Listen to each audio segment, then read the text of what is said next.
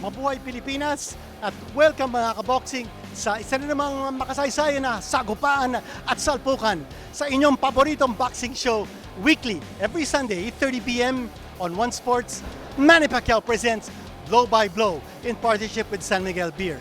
Ito po ang inyong likod, Kinito Henson. Again, sama-sama tayo panuorin itong mga up-and-coming boxers natin na ang kanilang pangarap ay umapak sa mga yapak ng ating former 8th Division World Boxing Champion Manny Pacquiao. Nandito po tayo sa Parañaque Sports Complex, San Antonio, Parañaque. Naku, ang dami na po natin nalibutan around the Philippines. We've been to Bakbakan, sa General Santos, sa Imus, sa Pasig, Iloilo, sa Quezon City, sa Manila, sa Okada, sa Cudeta Astrodome. Ngayon naman po, nasa Parañaque tayo and we want to thank you, City Mayor Eric Olivares, for his warm welcome to our Congressman Edwin Olivares, again, for gracing us and giving us this opportunity to bring Blow by Blow to the city of Parañaque. Samahan niyo po kami, sagupaan na!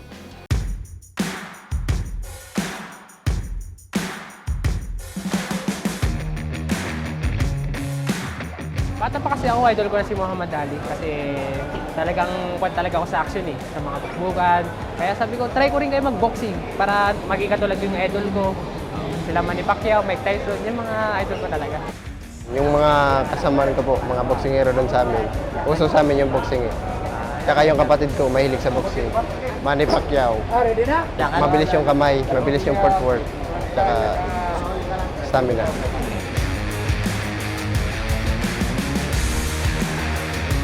boxing action at its best. Only on Manny Pacquiao presents Blow by Blow in partnership with San Miguel Beer. Nandito po tayo sa Parañaque Sports and Social Hall. Serbisyo lang po! Maraming salamat City Mayor Eric Olivares, our Congressman Edwin Olivares, our Vice Mayor Villafuerte. At nandito po tayo, as we mentioned, in Parañaque, in particular in Barangay San Antonio. At ang kaibigan natin, si Referee Alinader, soaking in the action at the sidelines. Pati yung mga nakakorbata, kasama natin dito, mga kaboxing natin. Yan, at kanina lamang nakita natin si Todd Macklin, the Filipino-Australian boxer who once fought Manny Pacquiao. Nandito siya with his wife and his daughter. At ang tampok na laban natin, 4-rounder. It's in the featherweight division, 126-pound limit. Rimbao kontra Alinader. And this is a fight between rookies. First-timers po sila in the world of professional boxing. Ito naman po ang ating tail of the tape. Makikita po natin si Alinader is 24 years old. Si Rimbao po is 21 years old. Makikita po natin ang reach advantage ni Rimbao. Malaki 68 inches, 63.5 inches naman ang wingspan ni Alinader. At as we mentioned, this is a pro debut for both these right-handed fighters. We turn you now over to our ring announcer, Bobby Mondejar.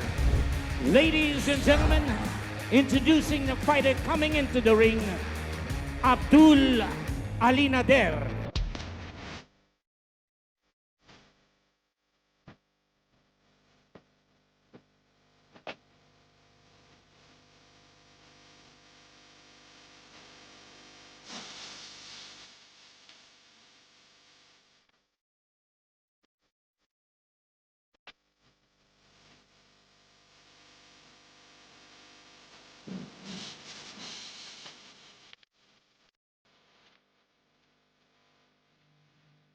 Ladies and gentlemen, introducing the fighter coming into the ring, Jim Marquez-Rimbao.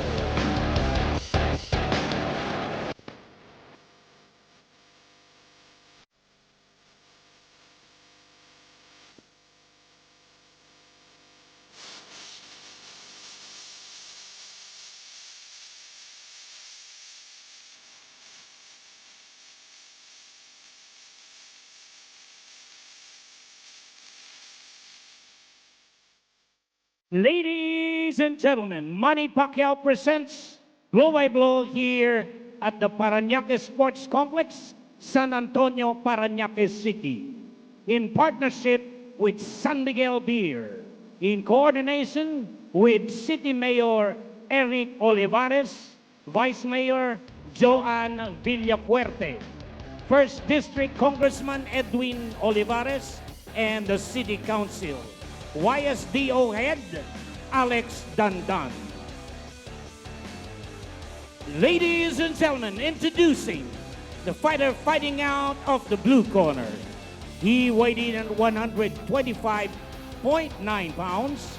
He's on his pro debut, fighting out of EML Boxing Gym, Malabon City. Ladies and gentlemen, Abdul Alinader. Alinader.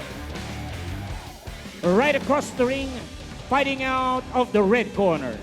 He weighed in at 124.6 pounds. He's on his pro debut, fighting out of Arcelia's Boxing Stable, Tondo, Manila. Ladies and gentlemen, Jim Marquez-Rimbao. Rimbao. Judges at ringside, Noel Haduka, Carlo Baluyot, Jojo Llanera. Third man in the ring, referee, Judge Akil Tamano. This will be 4 rounds of professional boxing.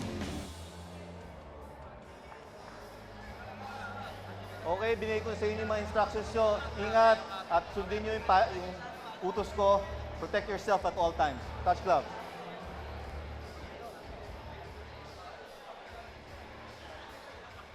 Four-rounder po ito. And this is in the featherweight division. Si Alinader kontra Rimbao. Si Rimbao po is the one with the white trunks. Kumuntik ng... Nako! Pagsakta ka agad si Alinader. Sandali. Dapat bilangan yun. Okay. Binibilang ngayon ni referee Taman. Ano yun? May bilang ba? Wala. Bumagsak yun eh. And then he goes down again. And it's gonna be over. They stopped the fight. And rather indecisive action by the referee Tamano. Was there a knockdown or not previous to that?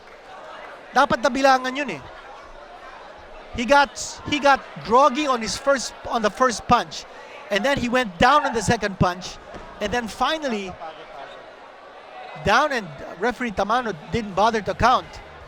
Boy, that ended quickly. Alinader, in his professional debut, losing by knockout in the first round. And Rimbao, who wore a Michael Jordan Chicago Bulls number 23 jersey entering the ring, ang idol niya si Michael Jordan. Kanya lumipad ito si Rimbao.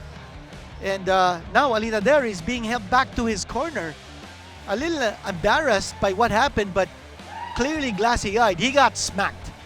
He got struck by a punch to the head. Had to be some kind of concussion. So there will be protocols conducted by the Games and Amusements Board. Now his eyes are being checked. And then there will be that portable CT scan that will be administered to check if there really was any kind of concussion or any kind of brain damage. Panoorin po natin kung ano nangyari dito. And that was a left hand. That was clearly a knockdown. I'm not sure if it was called. That was a knockdown. Watch it here again. Pagsak yun. And then, I wasn't sure whether that was nabilangan o hindi. Binilangan niya, tapos pinigil niya. Parang pinigil niya yung kanyang pagbibilang. But the knockout came after that. The knockout came after that. Nung bumagsak ulit, hindi niya binilangan. Okay, we've got the official time now. The time, 25 seconds of the first round. As referee Tamano stops the fight. Winner by technical knockout, Jim Marquez-Rimbao. Rimbao. A first round stoppage. Ang tawag sa kanya Tyson. Well, he lived up to that name. Rimbao scoring a sensational TKO win. 2 beses po bumagsak si Alinader. Next up, judges will be Benedito Garcia, Carlo Baluyot, Antonio Coco. And that, I think, was the last straw. He went down on his stomach. And referee Tamano signaling the end of that fight. But you know, more than signaling the end of that fight, referee Tamano should have gone down on his knees to check on the fallen fighter. He just can't just watch. Bumagsak na yung boksingero. And as a referee, you've got to show compassion. And they will check whether there was a concussion, whether there was any sort of brain damage. Okay, panoorin po natin highlights of this fight.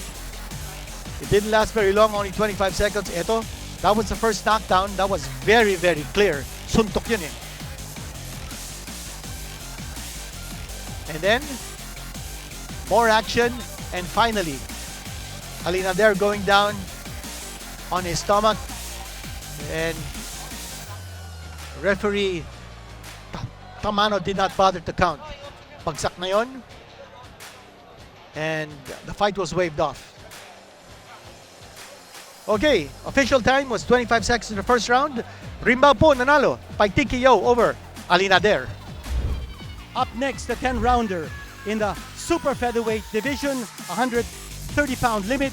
It's the defending youth Philippine super featherweight champion Joniel Laurente kontra the challenger Justine Tesoro